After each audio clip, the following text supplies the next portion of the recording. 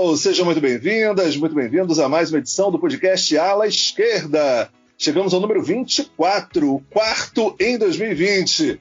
O Ala Esquerda, que é um espaço para discussão, análise do esporte, enfrentando o conservadorismo que continua dominando todas as avaliações e políticas do campo esportivo. Aqui a gente é resistência. Então deixa eu movimentar rapidamente a mesa do Ala Esquerda. Quero ouvir os meus e minhas camaradas nesse dia importante aí que a gente vai discutir um tema fundamental para a realidade esportiva no Brasil. Eu já mando o primeiro canhotaço para o Thiago Porto. Tudo bom, Thiago? Tudo bom, Alexandre. Bom momento a todos, meus colegas de bancada, Herbert, Mônica. É uma honra estar com vocês mais uma vez e, sem mais delongas, dar meu passe aqui, meu lançamento para Mônica Cury, direto de Juiz de Fora. E aí, Mônica? Fala, Thiago. Fala, Alexandre. Como é que vocês estão aí? Mais um Ala Esquerda para vocês. Eu vou ser rapidinho também, porque a galera fala demais aí, o programa fica muito longo. E eu vou passar a bola aqui na minha canhota, já direto pro Herbert, meu compadre Herbert. Fala, Herbert! Fala, galera da bancada. Bom dia, boa tarde, boa noite para quem nos escuta. Mais uma edição da Ala Esquerda, número 24, né? Então, é para vocês estarem aí com a gente nessa quarentena. Eu quero aqui apresentar, não uma convidada, uma nova integrante do Ala Esquerda. Então a gente agora vai ter substituição, rodízio, o que vocês quiserem, para quem estiver cansado ou cansada. Já bateu bola aqui com a gente e é um prazer inenarrável tê-la conosco. Ela é pesquisadora na área de futebol e políticas econômicas, botafoguense, torcedora do Liverpool, da Mocidade, fã do Oasis e a maior fã do Salah que eu conheço. Mariana Vantini, seja muito bem-vinda ao time. Olá, galera. Um prazer imenso estar de volta aqui, batendo essa bola com vocês. Adorei a apresentação, principalmente a parte do maior fã do Salah. Fica aqui o meu apelo para uma... Se eu quisesse juntar a campanha para uma camisa autografada para mim, existe essa campanha. Não, mas sério. Enfim, prazer imenso e hoje vamos falar sobre um assunto importantíssimo que está sendo pauta dos noticiários esportivos, tanto no Brasil quanto no mundo afora. Eu acho importante a gente fazer essa comparação com outros países também, né? Não só falar sobre o Brasil. E tô empolgadíssima. Vou passar a bola aí pra gente começar a jogar. Maravilha. Valeu, Mariana. Então vamos nessa. Vamos conversar sobre a responsabilidade social dos clubes. Acho que já era um tema que a gente poderia abordar independente da pandemia, porque há sempre essa interrogação sobre exatamente o que os clubes têm feito no trabalho com as suas comunidades, na relação com o seu entorno, enfim, até que ponto você ser uma associação sem fins lucrativos, como são os clubes de futebol, obriga a determinadas responsabilidades, e a gente fica na dúvida até que ponto os clubes estão cumprindo ou não, ou quais clubes estão cumprindo ou não. Como a Mariana falou, por conta da pandemia, isso está mais em foco. O que está acontecendo com clubes europeus, os clubes brasileiros, o que estão fazendo, os próprios atletas dos clubes que têm direito de imagem, qual é a participação, a contribuição nesse momento tão difícil que o Brasil e o mundo estão enfrentando. Então esse é o Ala Esquerda de hoje. Vamos conversar um pouco sobre essa realidade. Mariana, você está tão empolgada que eu vou passar a bola para você já começar esse trocando passes aí, depois a galera vai entrando na mesa. Manda ver, Mariana. Olha, responsabilidade social dos clubes, eu acho que a gente tem como falar de diversas formas, né? Eu acho que uma delas é a gente começar a pensar o clube e a importância que ele tem, o que ele representa para o bairro ou para a cidade onde ele nasceu, onde ele está. Agora, nesse momento, o que ele pode fazer para ajudar esses lugares, né? Qual é a responsabilidade dele no lugar que acolhe e que apoia ele? Acho que é uma relação de troca, na verdade, né? Por um lado, o clube representa muito para um bairro ou para uma cidade, e também essa cidade, bairros, a população local, ela faz esse clube ser grande, né? Faz esse clube crescer. E eu acho que, primeiro de tudo, a gente tem que pensar o que os clubes podem fazer regionalmente, né? Localmente, para o bairro ou para a cidade.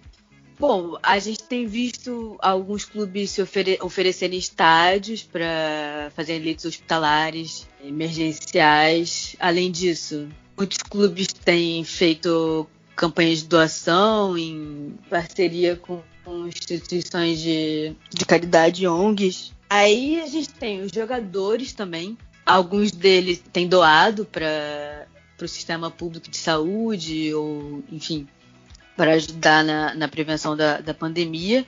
A gente tem um exemplo muito interessante que foram os jogadores da Premier League e também as meninas da seleção inglesa de futebol, que criaram um fundo de doação para o NHS, que é o sistema de saúde público da Inglaterra. E, assim, é claro que eu defendo sempre que a solução de fortalecer o sistema público de qualquer país vai ser a partir da taxação de grandes fortunas e coisas nesse sentido. Mas isso cabe ao governo, né? Então eu acho que a gente não pode desqualificar também essas ações feitas pelos jogadores. Claro que a gente sabe que tem jogadores que só negam impostos, essas coisas, mas eu acho que não dá pra gente desqualificar essas ações em conjunto de jogadores para captar mais recursos pro sistema de saúde e ajudar nesse combate à Covid. E além disso, também uma coisa que tem sido muito falada foi a questão da responsabilidade interna mesmo do clube, com seus funcionários, que tem criado um pouco de polêmica, principalmente na Europa. Acho que no Brasil ainda não chegou ainda nesse ponto, mas sobre como vai equilibrar as contas, como não prejudicar os funcionários que não são jogadores, né, que recebem um salário bem menor e agora com essa crise eles estão mais vulneráveis, né? E isso tem sido alvo de muita discussão, principalmente na Europa, pelo que eu tenho visto. Inclusive na Inglaterra a gente teve casos que, assim, o governo da Inglaterra, por exemplo, ele tem uma medida que ele permite a empresa pagar só 20% do salário do funcionário, e o governo se encarrega de pagar os 80% restantes. O que aconteceu foram que alguns clubes apelaram para essa medida, sendo que, na verdade, foi uma coisa bem surreal, né? Porque, ao mesmo tempo que eles alegam não ter condições de pagar salários de muitos funcionários, eles continuam mantendo o salário milionário de alguns jogadores. Então isso foi alvo de crítica em alguns clubes. O Liverpool, por exemplo, ele indicou começar por esse caminho, mas a torcida e os jogadores começaram a criticar e ele voltou atrás. O Tottenham também foi um que recebeu muitas críticas. Enfim, esse está sendo um assunto bem discutido. E, só para terminar nessa primeira fala, também a gente tem que falar da responsabilidade com os torcedores, né? Porque a gente sabe que o clube, ele tem uma importância muito grande, ele dita muitas vezes como o torcedor se comporta, né? Então eu acho muito importante também a parte do clube de conscientizar os torcedores, de fazer o isolamento social e de respeitar todas as medidas de segurança no combate à Covid. Por exemplo, hoje eu vi que o Botafogo se contrariou na posição da Federação do Rio de Janeiro, que já está pensando em voltar ao Campeonato Carioca, mas o Botafogo fez uma nota em que diz que as férias dos jogadores foram estendidas e que, por enquanto, não tem como voltar.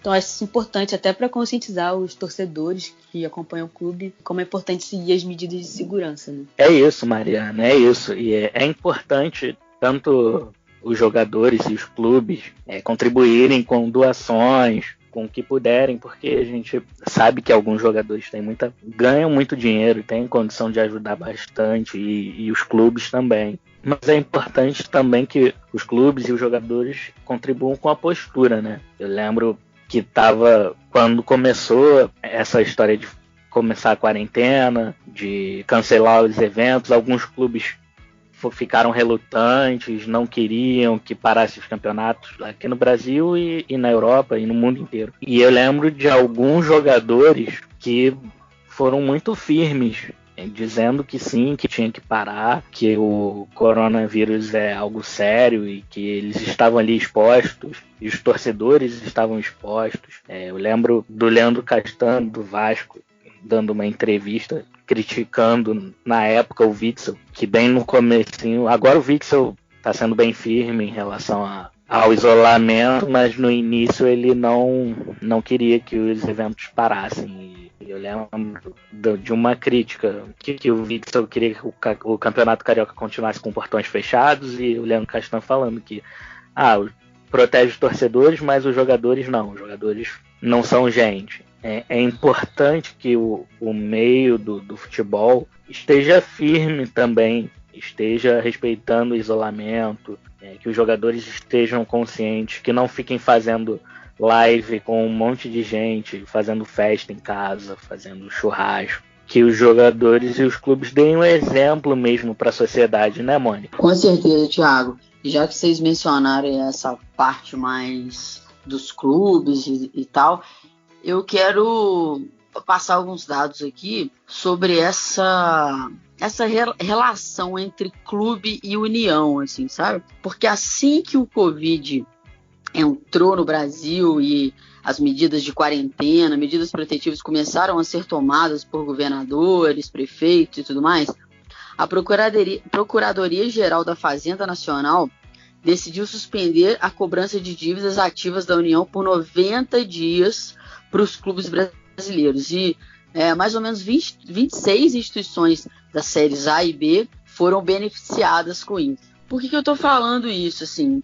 Porque, cara, os clubes de futebol no Brasil, que às vezes são de futebol e regatas, ou futebol e outra coisa, mas que são os clubes conhecidos pelo time de futebol, eles têm uma grande responsabilidade diante da sociedade, assim como vocês dois já falaram, principalmente porque a União vive perdoando a dívida desses caras, velho.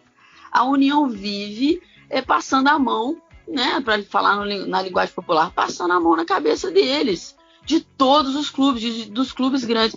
Em 2015, no governo Dilma, teve o programa de modernização da gestão e da responsabilidade fiscal do futebol brasileiro, que é o conhecido por todos nós como Profut. O Profut, ele veio para renegociar a dívida desses clubes, cara, clubes gigantes, não são clubes medianos, clubes gigantes, em até 240 meses, são 20 anos, podendo pagar dívidas trabalhistas, cara, dívida de impostos, dívida que influencia na nossa vida no dia a dia.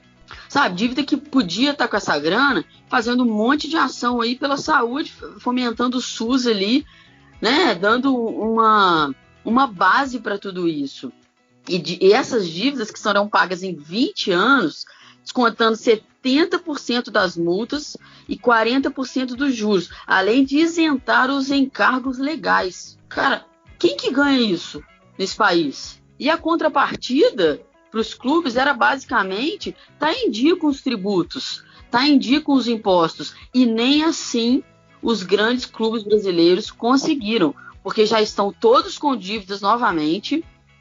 Já teve um outro programa de recuperação dessas dívidas dos grandes clubes, chamado PERT, que foi em 2017. E ainda assim, esses clubes continuaram se endividando. E hoje, eu olhei um dado aí na internet do dia 20 de fevereiro desse ano. Quer dizer, é a dívida atual.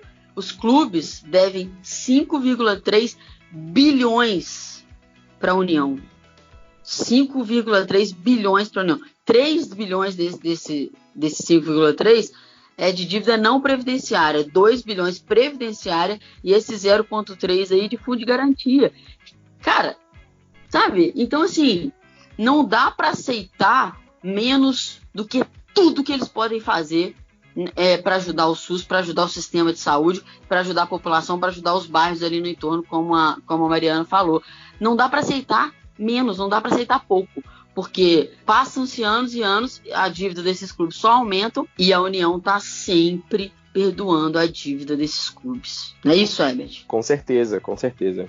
Bom, antes de eu entrar na minha fala, eu quero adicionar um comentário aqui na fala da Mariana, porque esse problema na Inglaterra está dando um dos itens que está gerando polêmica também, que vários clubes que estão recebendo essa ajuda do governo, estão pleiteando essa ajuda do governo inglês, eles são de posse de milionários de outros países. Então lá tem o cara lá dos Emirados Árabes, né, de algum dos países dos Emirados Árabes, de outro país, e está recebendo ajuda do governo. Então esse é mais um dado também, é mais um item desse debate que está acontecendo na Inglaterra. É uma peculiaridade de lá, não só de lá, mas aqui, pelo menos até agora, a gente não vive esse problema. E eu quero começar aqui meu comentário falando alguns números para vocês. A Mônica bem disse aí, e a Mariana também, que alguns clubes se colocaram à disposição, colocaram algum tipo de estrutura à disposição das autoridades, e aí são variadas estruturas, né? Estádios, ginásios, centros de treinamento, mas esses alguns clubes foram apenas 20. A gente está falando de um futebol que tem 4 divisões, mais uma penca de clubes aí sem jogar competições nacionais, e a gente só tem 20 clubes. São eles: ABC, Atlético Paranaense, Botafogo, Ceará, Bahia, Corinthians, CRB, Criciúma, Cruzeiro, Flamengo, Fortaleza, Goiás, Juventude, Náutico, São Paulo, Vasco, Palmeiras, Santos e Remo. Só esses clubes colocaram alguma coisa à disposição das autoridades. E eu quero aqui começar também falando um outro dado. Tem uma pesquisa, na verdade uma divulgação da CBF, que no ano de 2019, os funcionários de clubes de futebol eles representam 33% dos 156 mil empregos gerados direta ou indiretamente com o futebol no Brasil. A maior parcela dessa força de trabalho, 55% no total, atua em estádios de futebol em dias de jogo, principalmente no ramo de venda de alimentação e de bebida. E no mesmo ano de 2019, a CBF também declarou um lucro de R$1 bilhão. E aí a gente tem que se perguntar, como estão esses funcionários agora? A gente está falando de responsabilidade social com a população, com o entorno, mas o futebol não está sendo responsável nem com quem trabalha com o futebol. Então, assim, tem gente que é freelancer, que trabalha no estádio. A gente vê algumas iniciativas, por exemplo, da NBA, de cobrir o salário dessas pessoas, mas e as pessoas aqui no Brasil? E os funcionários dos clubes? Como é que está isso? Então, assim, só para a gente ter noção de onde a gente está se metendo, tem uma pesquisa que é de 2018, de uma consultoria chamada Ernst Young, que falou que o futebol brasileiro ele representa 0,72% do PIB nacional. Ou seja, ele movimenta cerca ali de 53 bilhões de reais. Esse dinheiro fica, logicamente, com os grandes clubes, fica com os cartolas desses grandes clubes, mas não passa para o trabalhador. E num momento como esse, seria muito importante dividir pelo menos a migalha da pizza com quem realmente necessita. Porque a gente está falando o tempo todo aqui de torcida, de entorno, mas é o torcedor de fato e essas pessoas que fazem futebol. Então, sem essas pessoas não existe cota de televisão, não existe bilheteria, não existe produto licenciado, não existe nada. E os clubes, eles sempre subestimam a capacidade da sua torcida, a capacidade de quem trabalha, que é uma coisa muito lamentável. E como eu disse há algumas semanas, e a Mônica disse no comentário anterior, os clubes de futebol, eles são historicamente beneficiados. Eles têm dívidas abatidas, refinanciamento de impostos, tiveram loterias, sempre tem algum projeto para evitar que eles se afundem mais ainda nas dívidas que eles contraíram. Então, retornar isso para a sociedade, ainda mais agora, num momento como esse, não é nenhum tipo de caridade. É obrigatório, quase. É importante, bem lembrado, a parte de que o futebol realmente não é mais do que os jogadores, é mais do que os próprios funcionários do clube. São os funcionários que trabalham em dia de jogos, enfim, tem todo um negócio em volta do futebol que vai muito além do próprio clube. Eu acho que não dá para jogar todo o peso nos clubes. Eu acho que a maioria é o governo que tem que fazer, né, para garantir a sustentabilidade do trabalhador. Mas eu acho que sim, os clubes devem pensar em ações conjuntas, por exemplo, para conseguir algum tipo de ajuda para esses trabalhadores, principalmente os fora do clube, né? Que ficam mais marginalizados e que não são lembrados agora. Seria interessante uma medida em conjunto, eu acho, para conseguir arrecadar fundos a esses trabalhadores. E sobre a dívida, com certeza, né? Os clubes têm muito que prestar contas à população, né? Na verdade. Talvez a gente possa aproveitar esse momento para repensar o futebol como algo tão mercantilizado que vem sendo, né? Sempre os clubes querendo... É uma disputa de quem paga mais por tal jogador e acabam contraindo dívidas a partir daí também. Muita a partir daí, na verdade, né? Essa disputa cruel do mercado, né, no futebol. E eu acho que isso seria... Eu acho que também a gente tem que pensar nesse momento como... Eu não vou falar oportunidade porque... Eu acho muito surreal falar dessa situação como oportunidade, mas eu acho que a gente teria que aproveitar pelo menos alguma coisa dessa desgraça. E no futebol poderia ser nesse sentido também, de repensar as finanças do futebol, né? Tipo, olha o tanto de dívida, o tanto de coisa que a gente está fazendo. Será que vale a pena mesmo esse futebol mercantilizado que a gente podia mudar? Enfim, olha o tanto de coisa que envolve o futebol, né? Não só os jogadores, não só o craque do time que vale não sei quantos milhões. Então, acho que são coisas que para pensar também. Mas voltando, não fugindo muito do tema de responsabilidade social dos clubes, eu acho sim essencial criar uma campanha de mobilização para esses trabalhadores do futebol. E só apontando um negócio que o Herbert falou sobre os clubes ingleses, eu queria, na verdade, reafirmar, né, que realmente é absurdo, porque além de gastar rios de dinheiro com técnico e estrutura de estádio e jogadores caros, eles pertencem a bilionários, né? Então eu acho que isso também reforça a ideia de que, se parar para pensar, né, realmente é verdade o que a gente fala, que o futebol não é algo lucrativo, né? O empresário não está no futebol para ganhar dinheiro com o futebol, na verdade ele está ali para ganhar espaço, ele quer uma publicidade, ele quer estar em mesas que ele não estaria em outras situações. Então ele se apropria do futebol para alavancar seus negócios em outros ramos, na verdade, né? Porque, na verdade, o futebol, ao contrário do que a gente pensa, não é algo lucrativo, dá mais prejuízo, na verdade.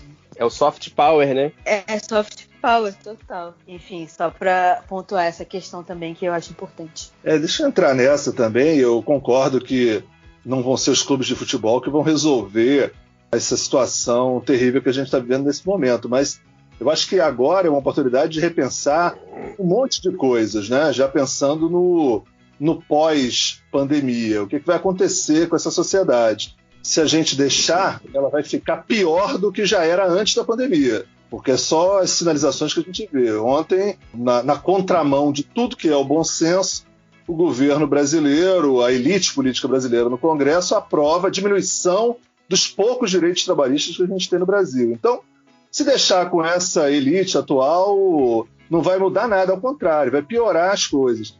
Então, assim, vamos aproveitar esse tempo para repensar nossas instituições e acho que os clubes de futebol também. Eu tenho uma visão de que os clubes de futebol contribuem muito pouco para a sociedade como um todo, e em dois aspectos. O primeiro aspecto é que a grande maioria dos clubes brasileiros, até porque são antigos, eles são formados com a legislação bem anterior até as mudanças da legislação na década de 20 e tudo mais. Então são todas associações esportivas sem fins lucrativos. Então, quer dizer, essa sinalização que a Mônica colocou é muito importante, porque essas dívidas são fundamentalmente trabalhistas e previdenciárias, ou dívidas bancárias, de empréstimos não pagos, porque os clubes de futebol não pagam impostos no Brasil. Né? Há uma isenção completa de impostos dos clubes. Na verdade, eles argumentam até que é uma imunidade tributária, né? Que essas associações sem fins lucrativos não têm que pagar imposto nenhum. Então você imagina a seguinte situação: você faz um grande evento, um grande show que é importante para a cultura, mas ele paga ISS, Imposto sobre Serviços, paga muito de ISS, essa contribuição vai para a prefeitura e isso, obviamente, vai ser usado para as políticas públicas da prefeitura. A Constituição brasileira, a Constituição Federal, ela estabeleceu que para a saúde e educação há um negócio chamado vinculação constitucional. Quer dizer, é o seguinte, tem recursos que são obrigatórios, mínimos, para a educação e a saúde. De onde é que vem esses recursos? Vem de um percentual dos impostos recolhidos. Então, por exemplo, no caso da educação, 25% dos impostos municipais tem que ir para a educação. No caso da saúde, são 15% dos impostos municipais. Quais são os impostos municipais? Fundamentalmente ISS. Então, quer dizer, quando você tem um grande evento de futebol que arrecada uma fortuna para os clubes e para as federações e para um monte de gente que ganha dinheiro, e você não tem recolhimento nenhum de ISS, quer dizer que esse dinheiro, que seria uma parte dele para a educação e para a saúde, não vai. Então isso, eu acho, causa uma espécie na ausência de um trabalho social por parte dos clubes. Porque uma boa parte do dinheiro que deveria ir para a saúde, para a educação e para tantas políticas públicas, que é a arrecadação de impostos, não é feito nos grandes eventos que são produzidos, patrocinados e arrecadados pelos clubes. Então, quer dizer, eu acho que há uma questão seríssima que tem que ser vista nesse momento. Obviamente que a solução não é clube-empresa, que vai pagar imposto E a gente sabe qual é a lógica da empresa, é arrecadar dinheiro e resultados financeiros para os seus sócios. Então não vai ter nenhum pensamento do ponto de vista comunitário. Mas o modelo atual dos clubes de futebol também tem que ser repensado, porque, enfim, não tem apoio nenhum da comunidade. E aí um segundo elemento que eu colocaria, é que eu acho que uma ausência completa que os clubes deveriam ter, as universidades têm nos seus estatutos, mas praticamente não cumprem também. O clube de futebol tem conselho deliberativo, tem conselho fiscal e não tem conselho comunitário. As universidades têm conselho comunitário, isso não serve para nada, basicamente para nada. O que seria isso? Um espaço de diálogo da comunidade com o clube, da comunidade com a universidade, para entender, primeiro, se aquela universidade está produzindo pesquisa que tem a ver com a realidade da comunidade, está contribuindo de alguma forma com aquilo. E no caso do clube de futebol também, se as suas atividades, se o garoto que vai para o clube é daquela comunidade, ele está estudando, o clube está pagando, o que está sendo feito para o fortalecimento, o desenvolvimento daquela comunidade e daqueles jovens e crianças, principalmente, que são daquela comunidade. Acho que não tem nada disso nos clubes hoje e a gente vê uma ausência total de um trabalho mais pensando exatamente na comunidade, na sociedade. Afinal de contas, o clube de futebol, enfim, por ser uma associação sem fins lucrativos, ela tem que pensar nisso. Mas ela ocupa basicamente o tempo todo dela agora. Quando acontece uma pandemia, já diminui o salário dos jogadores. A gente vê hoje, por exemplo, 2 clubes de basquete do Brasil importantes. Olha, imagina, o Pinheiros e o Bauru acabaram de demitir todos os seus jogadores de basquete. Encerraram as atividades de basquete. Vão usar argumento da pandemia, certamente isso tem um peso, mas outras coisas também são importantes. E os jogadores foram demitidos por carta, receberam uma carta dizendo que acabaram as suas atividades. Quer dizer, se fazem isso com o jogador, imagina essa preocupação que o Herbert falou dos funcionários do clube, terceirizados, que são de empresas que fazem trabalhos para o clube. Eu acho que é um momento importante também para a gente pensar essa responsabilidade social, fora esse marketing. Eu não estou falando de marketing social dos clubes, responsabilidade social com as suas comunidades. É isso mesmo, Alexandre. E aí a gente vê que, apesar de ter uma parcela dos jogadores que ganham muito dinheiro, né, Neymar, Messi, Cristiano Ronaldo, jogadores do primeiro escalão, digamos assim, mas jogadores também são funcionários, são assalariados. Infelizmente acontecem coisas como isso que você falou, essas demissões no Bauru e no Pinheiros, e que estão acontecendo em muitos lugares. Os clubes menores estão tendo maiores dificuldades, estão para pagar os jogadores, para cumprir os compromissos, enfim. Quando nós falamos de time grande, essa cobrança é muito justa, mas se a gente pensa num clube pequeno ou em esportes considerados amadores, a coisa já muda de figura. Então fica meio complicado. Agora, o engraçado é que a gente está discutindo tudo isso e parece que nós estamos em outro planeta, né? Porque a gente procura aqui notícias no Google sobre clubes de futebol, coronavírus. E a gente só vê notícias do tipo: clubes de futebol podem perder 1 bilhão. Clubes de futebol partem para o ataque contra o coronavírus. Suspensão do futebol devido ao coronavírus ameaça a sobrevivência dos clubes. Então, assim, não tem quase nada na mídia hegemônica cobrando uma postura dos clubes, uma postura em relação às suas comunidades, como a gente está fazendo aqui.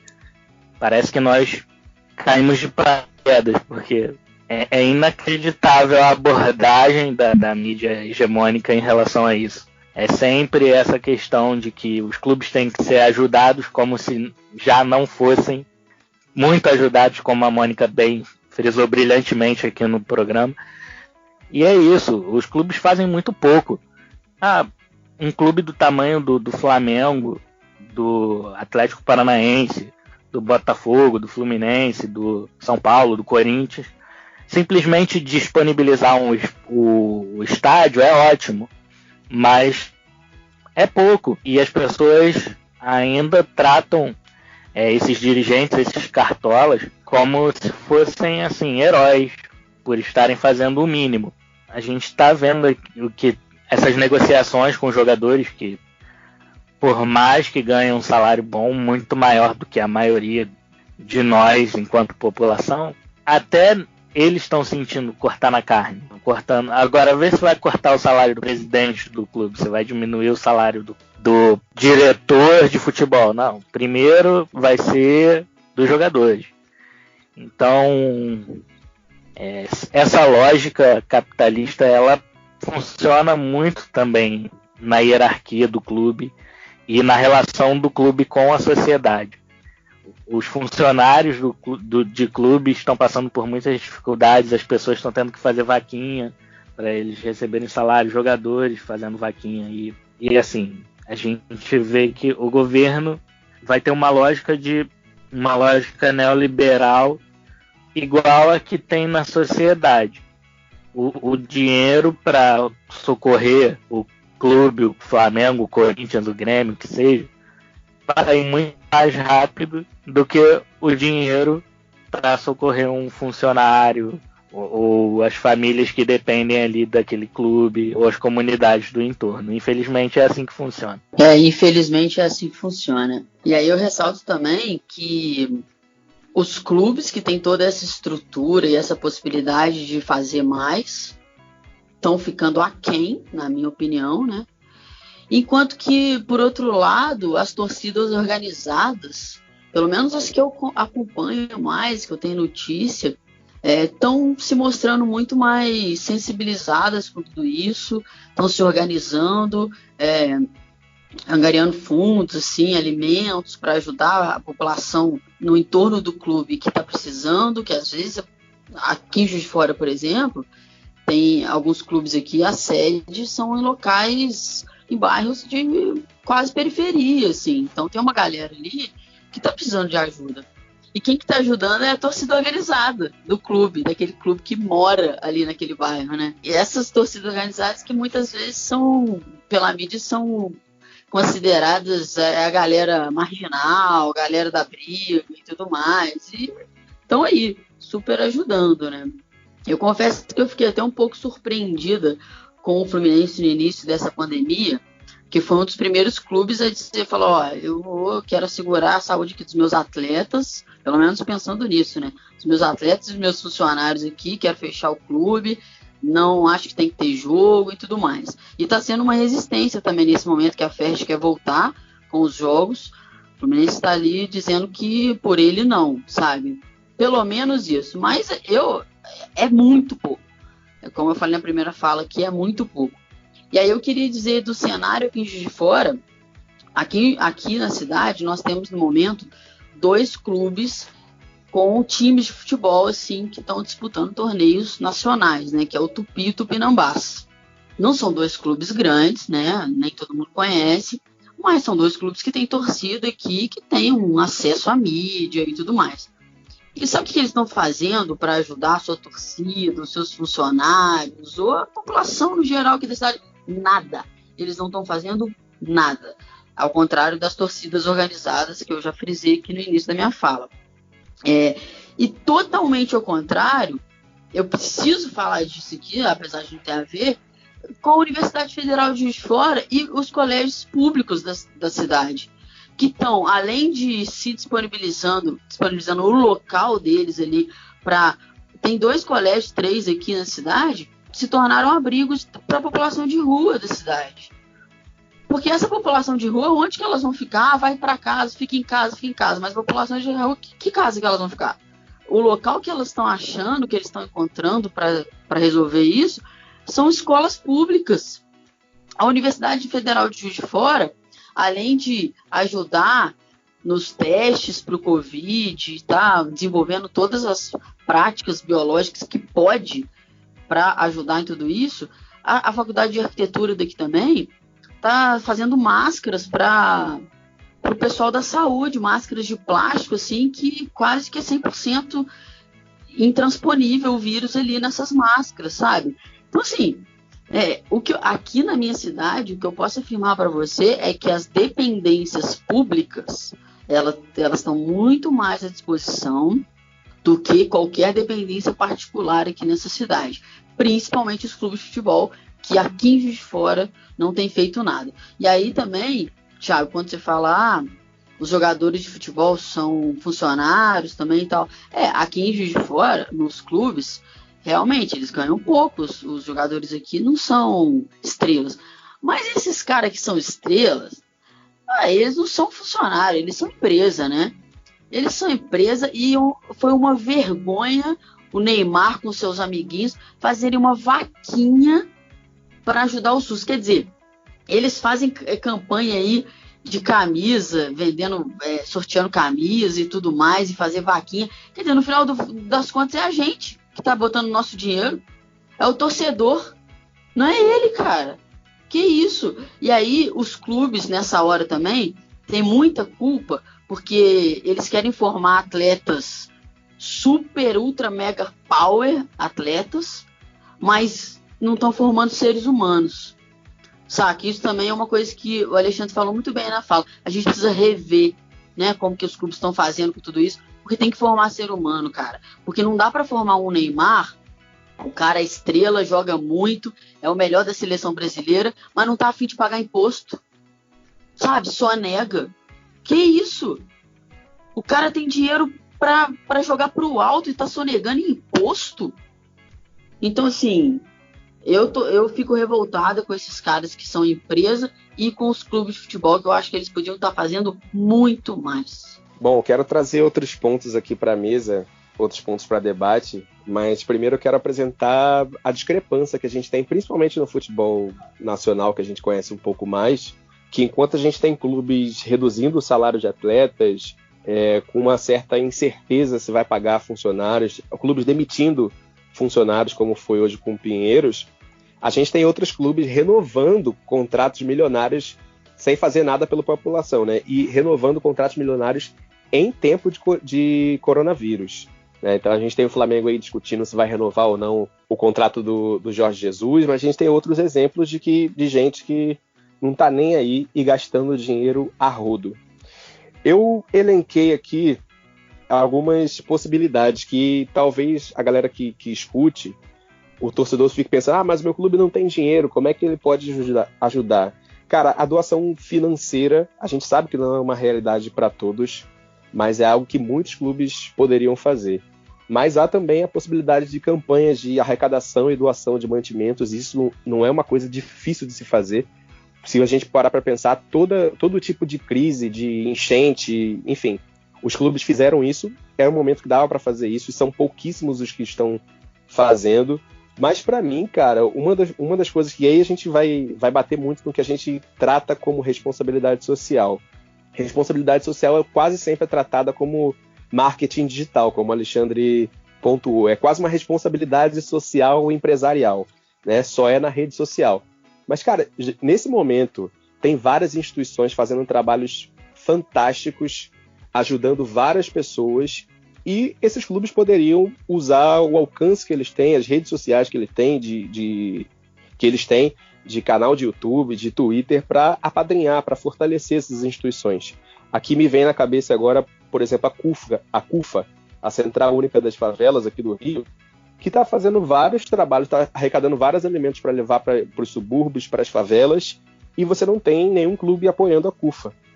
Eu conheci o trabalho da CUFA agora, durante o coronavírus, por conta dessas lives que os artistas estão fazendo. Os artistas estão fazendo isso, também acho que poderiam fazer mais, mas isso é uma outra discussão. Eles estão sempre apadrinhando uma instituição que está fazendo um trabalho. Os clubes eu não vi nenhum fazer isso até agora. Oferecer as instalações, como o Thiago disse, para atendimento, para ser usado pelas autoridades, é importante, mas é pouco, sabe? Porque talvez aqui, para falar de Rio de Janeiro, um aparelho como o Newton Santos e o Maracanã, talvez eles sejam suficientes para montar mais dois hospitais temporários, sabe? Então, assim, dos aparelhos esportivos que a gente tem, talvez eles sejam suficientes. Não precisa todo mundo oferecer. E isso é muito pouco e tira um pouco da responsabilidade. Concordo muito com a Mônica quando ela diz que as torcidas organizadas estão fazendo muito mais nesse sentido. E uma coisa também, que talvez a gente não tenha olhado com carinho. Ex-jogadores de futebol estão fazendo um trabalho muito mais significativo nesse campo do que os atletas atuais, do que os clubes. Então é bom a gente frisar isso também. E as meninas do futebol feminino também têm feito muito mais. Isso, exato, com certeza. agora vou tratar de um segundo ponto, já até adiantei um pouco, queimei um pouco da largada, essa questão de trazer realmente o que é responsabilidade social e como ela é tratada no Brasil como uma oportunidade de você apenas valorizar a marca. Quando a gente fala de responsabilidade social no Brasil, a gente só consegue lembrar de uma espécie de pacote básico, né, de ações dos clubes que são atreladas sempre a datas comemorativas, como o Dia das Mulheres, o Dia das Mães, o Dia da Consciência Negra, combate à LGBTfobia. Então, eu não tenho nada contra essas campanhas pontuais, exceto pelo fato de elas serem apenas pontuais. Elas têm a sua importância, elas têm o seu alcance, mas a discriminação no futebol, por exemplo, todo tipo de discriminação não tira férias. Assim como no futebol, assim como na sociedade. Então não adianta homenagear as mulheres se, por exemplo, o clube não apoia o futebol feminino. Não adianta não ter campanha, homenagear as mulheres e não ter campanha e ações práticas contra o assédio, por exemplo. O mesmo acontece com o racismo. Geralmente os clubes assumem uma postura defensiva de dizer que eles repudiam, que a torcida, que aquilo não condiz com a história, com a postura do clube e da torcida. Mas, ora, o cara que pratica o crime ali, a pessoa que pratica o crime, também é torcedor. E está dentro daquela torcida. E o que o clube faz para coibir isso, para impedir que isso aconteça? Isso também é responsabilidade social. E então, assim, o Campeonato Brasileiro, por exemplo, ele tem 8 meses. Então, dá no mínimo para trabalhar 8 campanhas diferentes. A gente tem muito mais causas para trabalhar no Brasil, mas pegar um mês, por exemplo, e trabalhar essa campanha firmemente.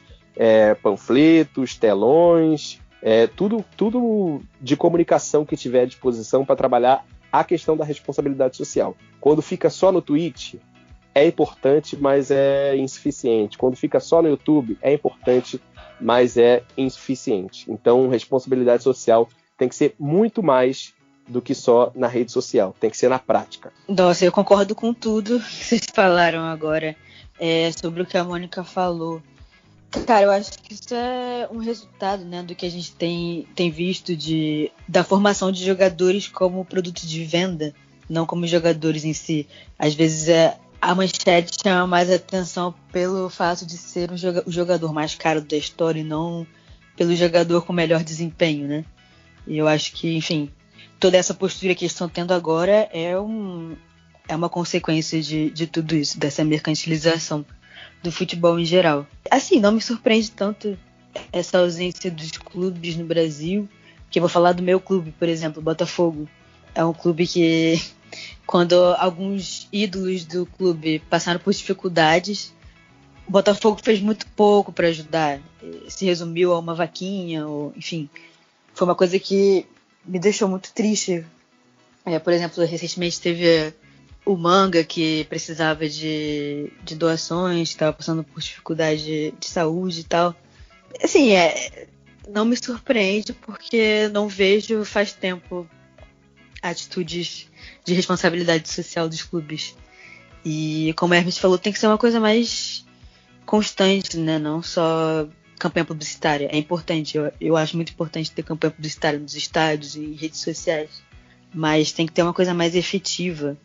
Tem que sentar com os grupos que se sentem oprimidos, tem que sentar com as mulheres e pensar, olha, como a gente pode resolver esse problema do machismo nos estádios, como vocês se sentiriam mais seguras, sentar com os LGBTs, como a gente pode estimular os LGBTs a acompanharem o futebol ou outros esportes, sentar com a comunidade negra e, enfim, ver quais as medidas são cabíveis e como o clube pode ajudar efetivamente.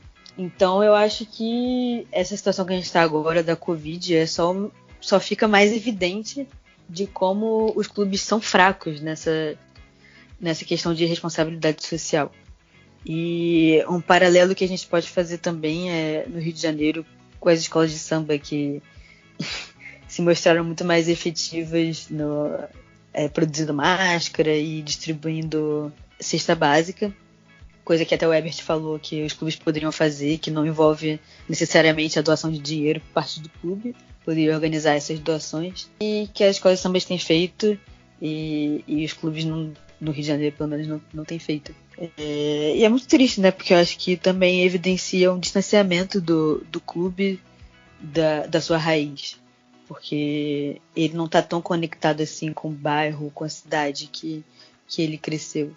Então eu acho que essa situação também mostra ela serve para evidenciar toda essa questão do que o futebol tem se transformado.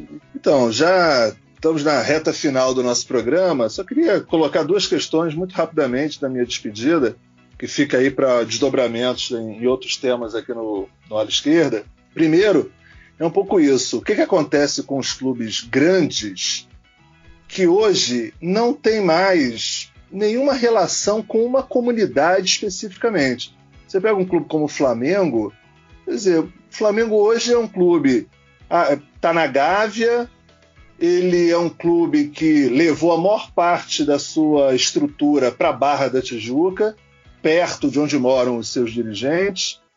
É um clube que tem uma base de apoio monstruosa, né, de torcedores, por exemplo, na Baixada Fluminense, e é incapaz de pensar na possibilidade de ter um estádio na Baixada Fluminense, mas prefere negociar a possibilidade de ter um estádio em algum lugar ainda na zona sul do Rio de Janeiro, ou então que seja na Barra da Tijuca.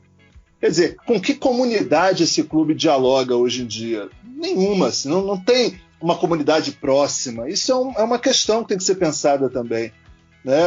E cobrada dos torcedores dos clubes, né? Quer dizer, com quem você está dialogando, considerando que você hoje, enfim, está ensimesmado, né? É um clube que só pensa na sua própria estrutura e não tem mais nem com quem dialogar, porque ele não pertence mais a nenhuma comunidade, apesar de ser a maior torcida do Brasil. Então, são questões aí que ficam talvez para desdobramentos que a gente pode pensar mais adiante. E aí, por fim mesmo, só pensar que essas críticas de repensar o modelo atual dos clubes de futebol, que são essas associações esportivas sem fins lucrativos, de forma alguma quer dizer sinalizar clube-empresa. A gente tem que fazer uma discussão muito grande sobre essa questão do clube-empresa. Acho que já fica o desafio para a gente pautar isso num outro momento, especificamente, porque o que a gente vê é isso, quer dizer, uma crítica ao modelo atual dos clubes, dar o exemplo do Cruzeiro, como é que é, mas olha os exemplos dos clubes-empresas, Figueirense, aqui no Brasil mesmo, não estou nem falando fora do Brasil. O que aconteceu? Péssima administração, não deu nada certo.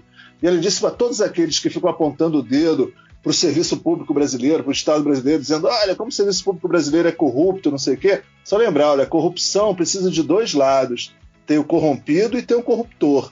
Se o Estado brasileiro, se o serviço público brasileiro é um dos mais corruptos, é porque a gente tem a iniciativa privada mais corrupta do mundo também, é ela que corrompe. Então pensar que o simples fato de colocar uma empresa na administração de um clube resolve alguma coisa, está longe de ser a verdade. Então é isso, galera, adorei o papo e acho que já ficaram aí possibilidades já pedindo passagem para outros temas aqui no Ala Esquerda. Valeu! É isso, Alexandre, é isso mesmo. Você tirou as palavras da minha boca, eu ia usar o exemplo do Flamengo mesmo, que é um clube com a maior torcida do Brasil, é um clube de massa e que não se envolve com comunidade nenhuma. Você falou brilhantemente o que eu ia falar. E fica aqui um apelo para que os clubes repensem a sua forma de existir, que os clubes se conectem com suas comunidades, com seus torcedores, que os torcedores mais pobres possam voltar aos estádios, que é uma coisa que a gente já falou aqui algumas vezes e que não acontece. Hoje cada vez mais o futebol é elitizado e as pessoas não conseguem nem mais acompanhar ao vivo os seus clubes do coração. Mas é isso, a gente teria muita coisa para falar ainda, mas o tempo é curto, então vou encerrar por aqui.